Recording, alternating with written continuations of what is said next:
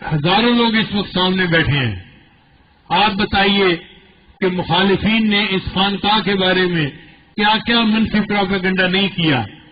آپ نے کبھی اس عاجز کی زبان سے کوئی لفظ سنا؟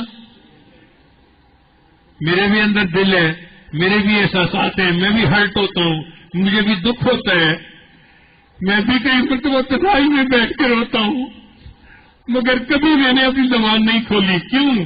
کہ میں نے اپنے بڑوں سے دین کو سیکھا. مجھے پتا تھا کہ میں کسی بات کے اوپر بات تب کروں گا جب موقع آئے گا.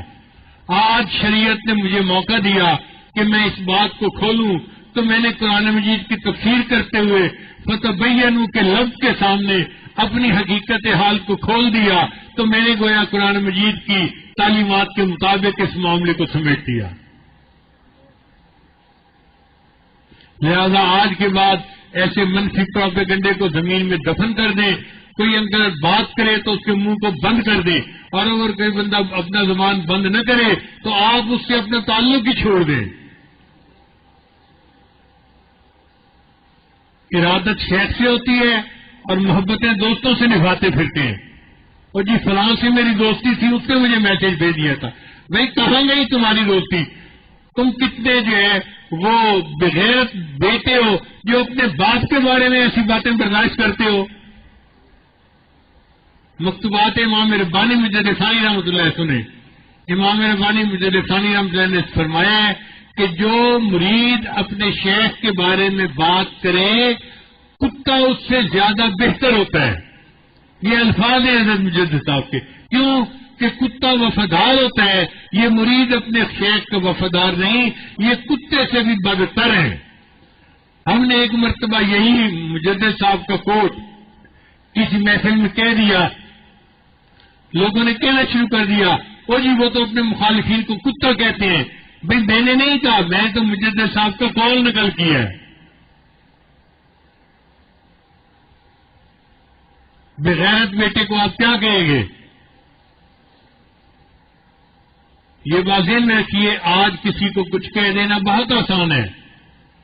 کل جب قیامت کے دن اللہ کے سامنے کھڑا ہونا پڑے گا اور اللہ پوچھیں گے بتا تو نے فلاں کو ذلیل کیوں کہا، فلاں کو کمینہ کیوں کہا، فلاں کو تو نے یہ کیوں کہا، وہ کیوں کہا.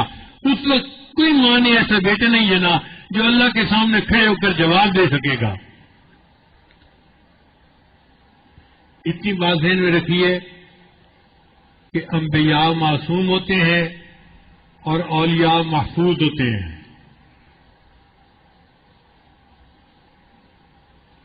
ہم ایک عام انسان ہیں، ہم سے اگر کوئی غلطی ہو بھی جاتی ہے تو ہمارے لیے توبہ کا دروازہ کھلا ہے، وہ کوئی نہیں بند کر سکتا. اللہ کے حبیب صلی اللہ علیہ وسلم نے فرمایا التائب من الذنب کمن لا ذنب لہ. گناہ سے توبہ کرنے والا ایسے ہوتا ہے جیسے اس نے کبھی گناہ کیا ہی نہیں. اس لیے کوئی شرابی ہو، کبابی ہو، زانی ہو، ڈاکو ہو، اگر توبہ کر لے تو کوئی بندہ اس کی توبہ کے بعد اس کو دوبارہ ان ناموں سے یاد نہیں کر سکتا.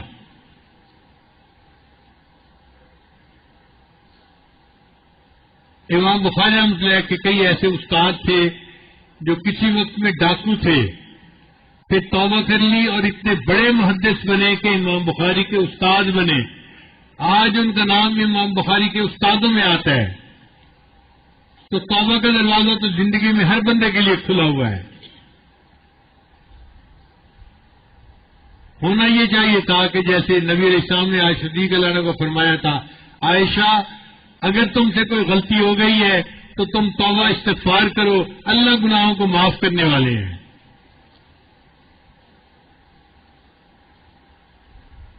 مگر ان کا مقصد کوئی اصلاح نہیں تھی، ان کا مقصد تو جانشین بننا تھا.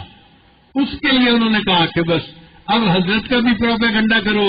اس کو کہتے ہیں کہ کسی کی پرسنالٹی کو مسخ کر دینا. کرو جتنا کر سکتے ہو. اور ان کے اولاد کی بھی چنانچہ میسیجز بنائے حبیب اللہ کے بارے میں، سیف اللہ کے بارے میں، اور ان کو بھی نااہل کرنے کی کوشش کی. تمہاری مرضی نہیں چلے گی، اللہ کی منشا چلے گی. اگر میرے آقا میرے پیر و مرشد حضرت مرشد عالم رحمۃ اللہ کی زبان سے نکلے ہیں خواجہ صاحب، تو اللہ تعالیٰ اس بندے کے سے نسبت کے اس کام کو ضرور قبول فرمائیں گے. پوچھا تو مسئلہ اس نے یہ پوچھا کہ جی میری بیوی ایک شیخ سے بیعت ہے، اور جب وہ شیخ آتے ہیں تو میری بیوی مجھے کہتی ہے کہ میں اب 15 دن کے لیے آپ کی خدمت سے بری ہوں، نہ میں کھانا بناؤں گی نہ میں کچھ کام کروں گی، اور میں نے تو بس شیخ کی مجالس میں جانا ہے اور ان کی باتیں سننی ہے اور ان کی نصائح سننی ہے.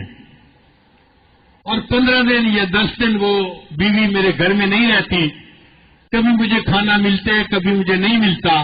آپ بتائیں میری بیوی کا یہ عمل شریعت کے مطابق ہے یا نہیں ہے؟ انہوں نے ان سے یہ کسی نے مسئلہ پوچھا، انہوں نے اس مسئلے کا جواب لکھ دیا. اب مسئلے کا جواب کا عنوان انہوں نے دیا میری بیوی اور اس کے شیخ. میری بیوی اور اس کے شیخ، اور نیچے مسئلہ یہ لکھا کہ یہ میری بیوی کا پیر جب آتا ہے تو وہ اس کے بیانات سننے کے لیے گھر سے چلی جاتی ہے، اور انہی کے جو ہے نا بیانات میں دن رات لگی رہتی ہے، اور مجھے نہ کھانا بنا کے دیتی ہے نہ گھر کا کوئی کام کرتی ہے. کہتی ہے میں 12-15 دن گھر سے بری ہوں، ذمہ ہوں. انہوں نے اس کا جواب لکھا کہ اس کا یہ عمل شریعت کے خلاف ہے، شریعت اس کی اجازت نہیں دیتی. اب یہ مسئلہ انہوں نے اپنے پوسٹ کر دیا. اب جب مسئلہ انہوں نے پوسٹ کر دیا تو جو مخالفین تھے ان کو یہ مسئلہ کہیں سے مل گیا. انہوں نے یہ مسئلہ لیا اور مسئلے کے اوپر میرا نام لکھ دیا، شیخ ذوالفقار احمد نقشبندی اور اس کی مریدہ، اور اس کو واٹس ایپ میں چلا دیا پورے امریکہ میں. اب ہمیں بھی کسی نے کہا جی کہ آپ کے بارے میں یہ میسج پڑ رہا ہے. ہم نے کہا بھئی ہمیں تو سمجھ میں نہیں آتا کہ کوئی ایسی مریدہ ہو کہ جو 15 دن اپنے خامند کو کہے کہ میں بری ذمہ ہوں. یہ چیز تو شریعت کے خلاف ہے. اگر کسی نے کی ہے تو ہم تو خود کہتے ہیں شریعت کے خلاف ہے، ہمیں تو پتہ ہی نہیں ہے. ہم نے اس کی جب تحقیق کی تو ہمیں پتہ چلا کہ کوئی ہماری مریدہ عورت ایسی نہیں تھی. ہم نے اس شہر کے ایک بندے کو بھیجا کہ جا کے بھائی پتہ کرو ان مفتی صاحب سے کہ کیا آپ نے یہ فتویٰ میرے بارے میں دیا ہے. تو جب اس نے جا کے پوچھا تو مفتی صاحب نے قسم اٹھا کے کہا کہ اللہ کی قسم اٹھا کے کہتا ہوں کہ میرے ذہن میں تو ان کا نام ہی نہیں تھا. اس نے کہا جی آپ کے ذہن میں تو ان کا نام نہیں تھا، لیکن مخالفین نے ان کا نام لکھ کے اس کو پورے امریکہ میں پھیلا دیا ہے. تو دیکھا جو مطلب نکالنے والے ہوتے ہیں وہ اس طرح جھوٹی خبروں سے مطلب نکال لیا کرتے ہیں. جھوٹ کی بنیاد پہ انہوں نے کتنوں کو گمراہ کیا ہوگا. تو قرآن کی تعلیمات کیا ہے؟ یا ایھا الذین آمنوا اذا جاءکم فاسق بنبأ فتبینوا. یہ لفظ یاد کر لو، کیا نام ہے، کیا لفظ ہے؟ فتبینوا. چنانچہ جو علماء ہوتے ہیں وہ واقعی اس بات کے اوپر عمل کر کے دکھا دیتے ہیں.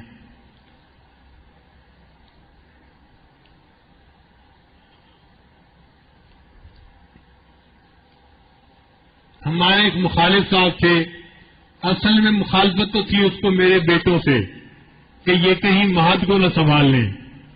اس کا جی چاہتا تھا کہ مجھے اپنا نائب ڈکلیئر کر دیا جائے.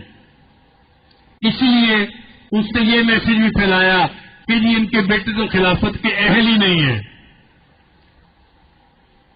اللہ اکبر کبیرہ. الحمدللہ ثم الحمدللہ.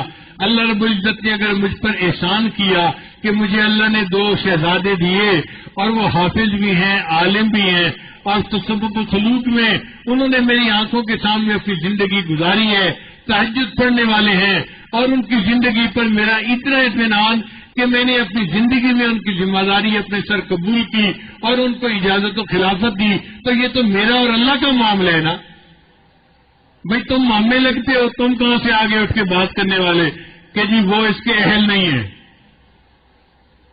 اب بچے بیان کرتے ہیں ان کو دکھ ہوتا ہے جی اتنا اچھا بیان کیوں کر لیتے ہیں.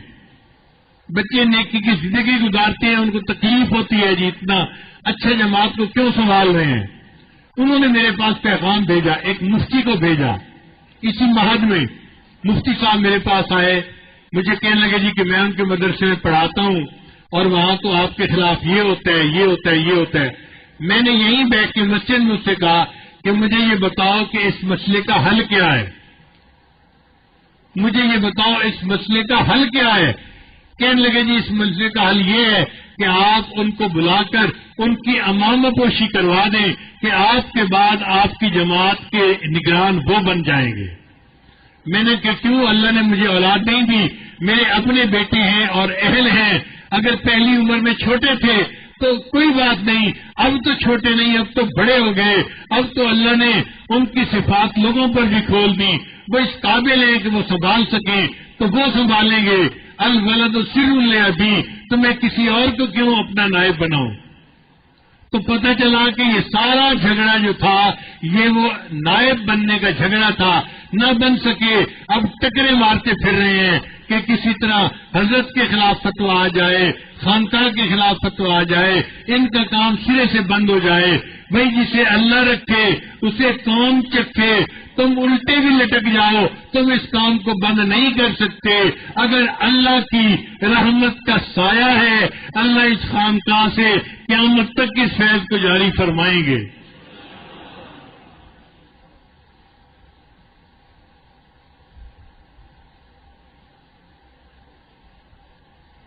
نبی علیہ السلام نے ارشاد فرمایا میرے دنیا میں 2 وزیر ہیں، ایک ابو بکر اور ایک عمر. اور دیکھو اللہ نے ابو بکر و عمر سے دین کا کام لیا یا نہیں لیا. میرا دل یہ کہتا ہے کہ اللہ نے مجھے بھی دنیا میں میرے 2 وزیر دیے ہیں، ایک میرا بیٹا حبیب اللہ اور ایک میرا بیٹا سیف اللہ. آپ دیکھنا اللہ ان سے دین کا کام لیں گے اور اللہ ان سے نسبت کی اشاعت کے لیے ان کو قبول فرمائیں گے.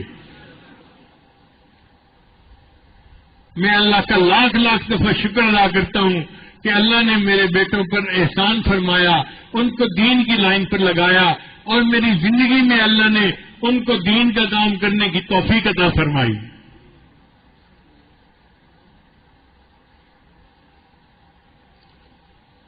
حبیب اللہ کی عمر اس وقت 2 مہینے کی تھی، چھوٹا بچہ تھا. حضرت مرشد عالم رحمۃ اللہ علیہ ہمارے گھر تشریف لے آئے تو میں نے اپنی اہلیہ سے کہا کہ حبیب اللہ کو تیار کر دو، میں حضرت کو پیش کروں گا. اس نے بچے کو کپڑے اچھے پہنائے، خوشبو لگائی. میں نے بیٹے کو اٹھایا اور میں حضرت مرشد عالم کے پاس حبیب اللہ بچے کو لے کے آیا. میں نے کہا حضرت اللہ نے مجھے بیٹا عطا کیا ہے. حضرت مسکرائے، خوش ہوئے اور حبیب اللہ کو ہاتھ میں لے کے حضرت نے فرمایا خواجہ صاحب کیا حال ہے؟ جب حضرت نے فرمایا خواجہ صاحب تو مجھے حیرت ہوئی. میں نے پوچھا حضرت یہ خواجہ صاحب کہاں سے آ گیا؟ یہ تو میرا بیٹا ہے اور میں تو خواجہ صاحب والے خاندان میں سے نہیں ہوں. حضرت نے فرمایا دیکھو کبھی نسبت باپ سے چلتی ہے اور کبھی نسبت ماں سے چلتی ہے. اللہ نے اس کی ماں کو صدیقی خاندان میں پیدا کیا ہے اور خواجہ بن مالک صدیقی رحمۃ اللہ کی نسبت ماں کے ذریعے سے اس بچے کو مل چکی ہے. یہ بچہ 2 مہینے کا تھا جب مرشد عالم رحمۃ اللہ نے اس کو خواجہ صاحب کہا تھا. اب اگر میں اس خواجہ صاحب کے اندر یہ حالات دیکھ رہا ہوں نیکی کے اور میں نے تصدیق کر دی اور اس کو اجازت دے دی تو کسی کے پیٹ میں بل کیوں پڑتے ہیں؟ ذالک فضل اللہ یؤتیہ من یشاء واللہ ذو الفضل العظیم. تو قرآن مجید میں کہا یا ایھا الذین آمنوا، اے ایمان والو، ان جاءکم فاسق بنبأ فتبینوا، جب تمہارے پاس کوئی فاسق کوئی خبر لے کر آئے تو تم اس کی تصدیق کر لو. ان تصیبوا قوما بجہالۃ فتصبحوا علی ما فعلتم نادمین، ایسا نہ ہو کہ تم کسی قوم کے اوپر جا پڑو اور تمہیں بعد میں پھر شرمندگی اٹھانی پڑے اپنی جلد بازی کے اوپر. تو شریعت نے ہمیں فتبینوا کا لفظ فرمایا، اس لیے ہمیشہ جب بھی کوئی بات سنیں پہلے اس کی تصدیق کریں. جب تصدیق ہو جائے کہ یہ بات ٹھیک ہے پھر اس بارے میں رائے قائم کریں، ورنہ ماسکنگ ٹیپ اپنے منہ پہ لگا کے اپنی زبان کو بند کریں. کوئی پوچھے بھی صحیح کہ نہیں، میں اس بارے میں کچھ نہیں کہہ سکتا. جو زبان کھولے گا اللہ فرماتے ہیں فَأُولَٰئِكَ عِندَ اللَّهِ هُمُ الْكَاذِبُونَ، اللہ کے ہاں بندہ جھوٹا بنے گا، غیبت کا مرتکب بنے گا اور اپنے لیے جہنم کا رستہ ہموار کرے گا.